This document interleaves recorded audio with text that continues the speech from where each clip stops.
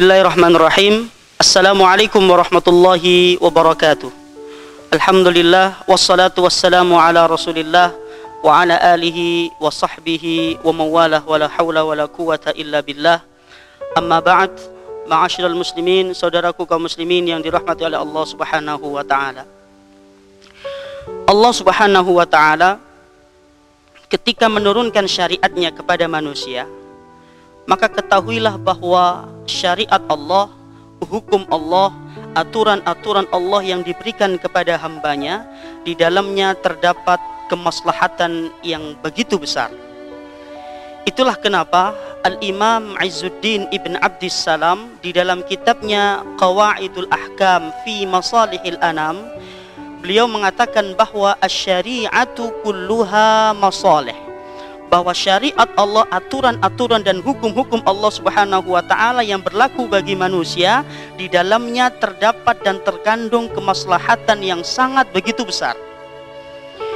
Imma dar'u mafasid, kemaslahatan itu kata Izzuddin Ibn Abdissalam bisa berbentuk menolak mafsadat ataupun kerusakan ataupun bahaya. Wa imma jalbu masalih atau jalbu manafi', kemaslahatan itu juga bisa berbentuk mengambil kemanfaatan atau mengambil kebaikan-kebaikan yang ada. Maka saudaraku kaum muslimin rahimakumullah, dari aspek dar'u mafasid, mencegah kerusakan inilah yang kemudian Rasulullah SAW di dalam sebuah hadis, yang kemudian hadis ini dijadikan kaidah kubra, kaidah baku di dalam fikih, beliau mengatakan la dharara wala dhirar. Tidak boleh seseorang itu menjerumuskan dirinya di dalam bahaya ataupun menjerumuskan orang lain di dalam bahaya.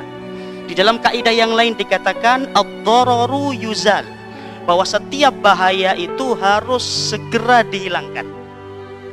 Di dalam kaidah yang lain juga dikatakan bahwa dar'u mafasid muqaddamun ala jalbil masalih, bahwa menolak kerusakan, mencegah kemudaratan di dalam syariat Islam itu harus diprioritaskan atau didahulukan daripada mengambil kemanfaatan. Para ulama usul fiqh memberikan contoh sederhana tentang kaidah dar'u mafasid muqaddamun ala jalbil masalih. Ketika orang berwudu di luar bulan suci Ramadan, atau ketika di bulan Ramadan tapi di malam harinya, disunahkan bagi seseorang itu untuk melakukan istinsyak atau memasukkan air ke dalam hidung. Itu adalah sunnah di dalam berwudu. Artinya melakukan istinsyak, ya, masukkan air dalam hidung kemudian istinsar dan mengeluarkannya, terdapat kemaslahatan, terdapat kebaikan di dalam istinsyak itu, karena ketika seseorang melakukan istinsyak ataupun istinsar dalam berwudu, maka dia akan mendapatkan pahala dari Allah Subhanahu wa taala. Tapi saudaraku yang dirahmati oleh Allah Subhanahu wa taala, namun jika istinsyak dan istinsar itu dilakukan di siang hari bulan Ramadan, maka ketahuilah bahwa dalam istinsyak itu diharamkan masuknya air ke dalam tenggorokan yang kemudian menyebabkan puasa seseorang itu menjadi batal. Maka istinsyak di satu sisi mempunyai maslahat, di sisi yang lain mempunyai madarat. Maka kalau kita kembali kepada kaidah dar'u mafasid muqaddamun ala jalbi masalih, bahwa menolak kemudaratan, menolak bahaya itu lebih didahulukan daripada mengambil maslahat, maka ketika orang berpuasa di siang hari, untuk tidak berlebih-lebihan melakukan istinsyak, maka Rasulullah SAW di dalam sebuah hadis beliau mengatakan, wabaligh fil istinsyak illa an takuna shaiman. Lakukanlah istinsyak dengan sebaik mungkin, masukkanlah air ke dalam hidung dengan sebaik mungkin, kecuali engkau dalam kondisi berpuasa. Saudaraku seiman yang dirahmati oleh Allah Subhanahu wa taala, maka kaidah la dharara wa la dhirar, tidak ada bahaya bagi dirinya dan bahaya lain. Kaidah ad-dhararu yuzal, bahwa setiap bahaya itu harus dihilangkan. Kaidah dar'u mafasid muqaddamun ala jalbi masalih, menolak kerusakan, menolak kemudaratan itu lebih diprioritaskan daripada mengambil manfaat. Jika kaidah-kaidah ini kita kontekstualisasikan dengan kondisi kita saat ini, di mana Allah Subhanahu wa taala sedang menguji kita dengan musibah pandemi Covid-19 ini, maka kita sebagai umat Islam, ya, warga Persyarikatan Muhammadiyah khususnya, untuk senantiasa taat dan patuh terhadap fatwa yang telah dikeluarkan oleh Majelis Ulama Indonesia tentang panduan ibadah saat Covid-19, termasuk fatwa ataupun himbauan dari Majelis Tarjih dan Tajdid Pimpinan Pusat Muhammadiyah, untuk sejenak kita tinggalkan ego kita, ya, untuk memaksakan melaksanakan sholat berjamaah di masjid, yang pada dasarnya kita bisa melaksanakan sholat jamaah itu di rumah dengan keluarga kita, untuk memaksakan melakukan sholat jamaah di masjid dalam Covid-19 seperti ini, bahkan memaksakan untuk melaksanakan sholat Jumat secara berjamaah, itu kita tinggalkan. Memang kalau kita kembali pada kaidah ini, sholat berjamaah, sholat tarawih berjamaah, bahkan sholat Jumat yang menjadi kewajiban bagi setiap muslim yang balik, di dalamnya mempunyai kemaslahatan tentunya.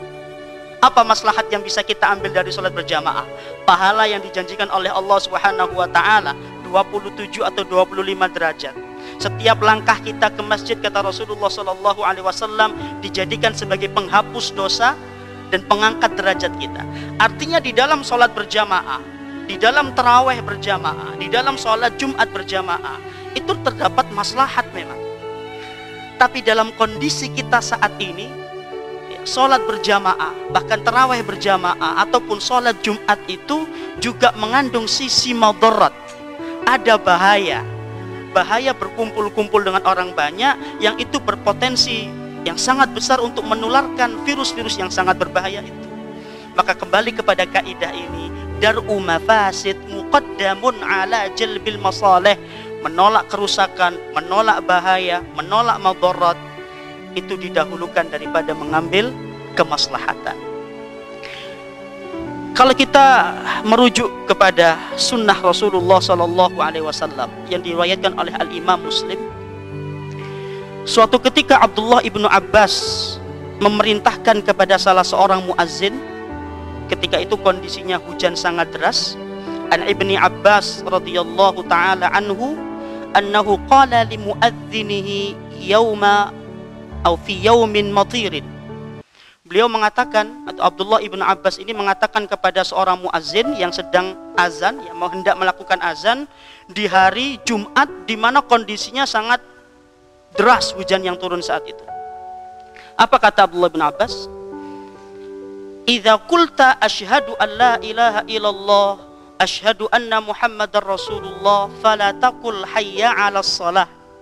Ibnu Abbas mengatakan kepada muazzin ini, wahai muazzin, nanti kamu ketika azan, setelah Anda mengucapkan asyhadu an la ilaha illallah 2 kali, asyhadu anna Muhammadar Rasulullah 2 kali, yang biasanya kamu mengatakan hayya 'alas shalah, mari kita dirikan salat, maka ketahuilah saat ini kondisinya hujan sangat deras, maka katakan sallu fi buyutikum. Jadi redaksi hayya 'alas shalah itu diganti sallu fi buyutikum, salatlah kalian di rumah-rumah kalian. Mendengar pernyataan ini, di dalam hadis ini dikatakan faka'annan nasa istankaru dzalika. Orang yang menyaksikan kejadian tersebut merasa aneh. Kok bisa redaksi azan yang baku hayya 'alas shalah kemudian diperintahkan oleh Ibnu Abbas untuk diganti sallu fi buyutikum, salatlah kalian di rumah-rumah kalian. Maka Ibnu Abbas mengatakan ata'jabuna min hadza, wahai para sahabat, apakah engkau semua merasa aneh tentang azan hayya 'alas shalah yang diganti dengan sallu fi buyutikum? Lalu kemudian beliau mengatakan, Ibnu Abbas mengatakan, qad fa'ala hadza man huwa khairun minni. Perbuatan ini, perintah untuk mengganti lafadz hayya 'alas shalah dengan sallu fi buyutikum, memerintahkan jamaah untuk sholat di rumahnya masing-masing, itu tidak hanya saya yang melakukan, kata Ibnu Abbas. Qad fa'ala hadza man huwa khairun minni wa huwa ar-rasul sallallahu alaihi wasallam. Yang melakukan ini adalah orang yang terbaik dariku, yaitu Rasulullah sallallahu alaihi wasallam. Bahkan beliau mengatakan innal jum'ata azmatun. Memang Jumat, sholat Jumat berjamaah di masjid bagi laki-laki yang akil, balik, muslim, itu adalah sebuah kewajiban. Wa inni karihtu an uhrijakum fatamshu fi tini wad dahat. Tapi dalam kondisi yang sangat tidak memungkinkan, ada turun hujan deras begitu ya, Rasulullah Shallallahu Alaihi Wasallam tidak ingin menyulitkan umatnya untuk datang ke masjid.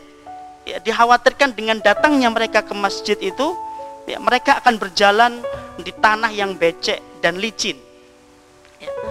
Dari hadis ini bisa kita ambil satu pemahaman, jika kita menggunakan pendekatan mafhum al-muwafaqah al-aulawi, pemahaman yang bersifat substansial, bahwa saat itu kondisi hujan, kemudian hujan itu menyebabkan tanah itu becek, Rasulullah Shallallahu Alaihi Wasallam termasuk sahabat Ibnu Abbas memerintahkan kepada muadzin, yang itu menjadi pertanda bagi umat manusia, umat Islam saat itu, untuk menunaikan sholat berjamaahnya, untuk menunaikan sholat Jumatnya di rumah masing-masing. Hanya karena hujan yang deras, kemudian tanah yang becek itu, dan Nabi tidak mau menyulitkan umatnya.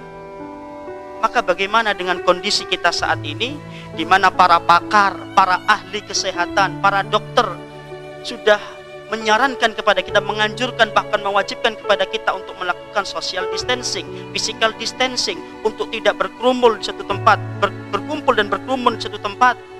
Maka dalam kondisi seperti ini, sholat jamaah untuk sementara waktu tentu tidak kita lakukan di masjid, dan kita masih bisa melakukan di rumah kita masing-masing. Sholat Jumat yang kita lakukan berjamaah di masjid diganti dengan sholat zuhur 4 rakaat di rumah masing-masing secara berjamaah dengan keluarga kita. Bahkan sholat tarawih di bulan Ramadan ini, yang biasanya pada tiap-tiap tahun kita melakukan sholat tarawih berjamaah di masjid, melakukan i'tikaf di masjid, tapi karena kondisi yang tidak normal ini, kondisi darurat ini, memaksa kita dan meminta kita untuk melakukan ibadah-ibadah tersebut di rumah.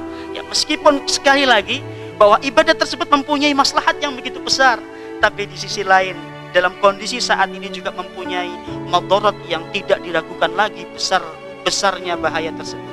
Maka kembali kepada kaidah dan mengamalkan sunnah Rasulullah Sallallahu Alaihi Wasallam, dar'u mafasid muqaddamun ala jalbil masalih, menolak kerusakan, menolak mafsadah, ya, menghilangkan bahaya di dalam satu amalan itu lebih didahulukan, lebih diprioritaskan daripada mengambil manfaat yang terdapat di dalam amalan atau ibadah tersebut. Saudaraku yang dirahmati oleh Allah Subhanahu wa taala, maka di momentum bulan ini, di bulan puasa ini, di mana Rasulullah Shallallahu Alaihi Wasallam mengatakan dalam sebuah hadisnya, ada 3 kondisi di mana seseorang ketika berdoa dalam kondisi ini tentu akan diijabah oleh Allah Subhanahu wa taala. Salah satunya adalah kondisi as-shaimu hatta yuftir, orang yang berpuasa sampai dia berbuka. Maka momentum yang luar biasa ini di bulan Ramadan, di bulan puasa ini, kita gunakan untuk berdoa sebanyak-banyaknya kepada Allah Subhanahu wa taala, agar Allah Subhanahu wa taala segera mengangkat wabah ataupun penyakit yang sangat berbahaya bagi umat manusia, sehingga kita bisa hidup normal kembali, kita bisa kembali meramaikan masjid-masjid kita dalam sholat berjamaah, kita bisa kembali menunaikan sholat Jumat, dan di tahun yang akan datang kita bisa melaksanakan sholat tarawih berjamaah di masjid dan i'tikaf di masjid. Amin ya rabbal alamin. Mudah-mudahan Allah Subhanahu wa taala senantiasa menjaga kita dan keluarga kita. Mudah-mudahan sedikit kultum ini bisa bermanfaat. Aqulu qauli hadza wa astaghfirullahal azim li wa lakum innahu huwal ghafurur rahim. Wassalamu alaikum warahmatullahi wabarakatuh.